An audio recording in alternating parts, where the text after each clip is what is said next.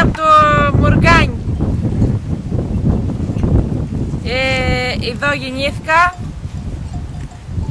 Αυτή είναι η ζωή. Αρμέγου, γυλάδια, προβατάκια που βλέπετε πίσω. Δεν πήγα σχολείο, είχα ξεκινήσει.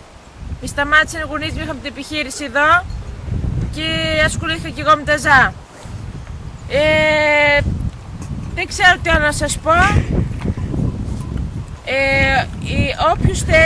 Όποιος με θέλει, ας με στείλει με ένα μήνυμα, γράμμα.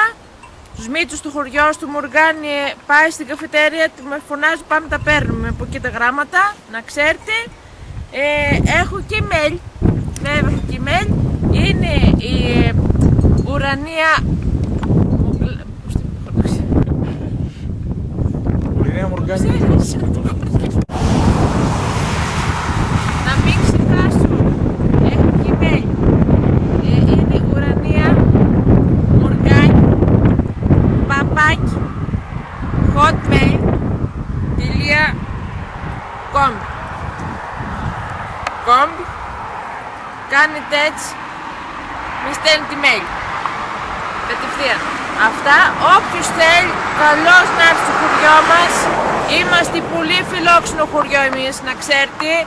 Έχουν έρθει ξένοι με ένα σουρό ξένοι έχουν έρθει. Εμείς τους φιλοξενούμε, δεν έχουμε ξενοδοχεία και δώματα, δεν έχουμε.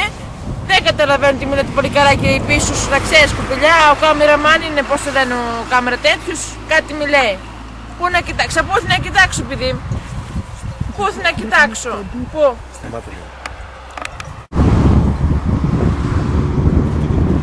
Κοίτα με.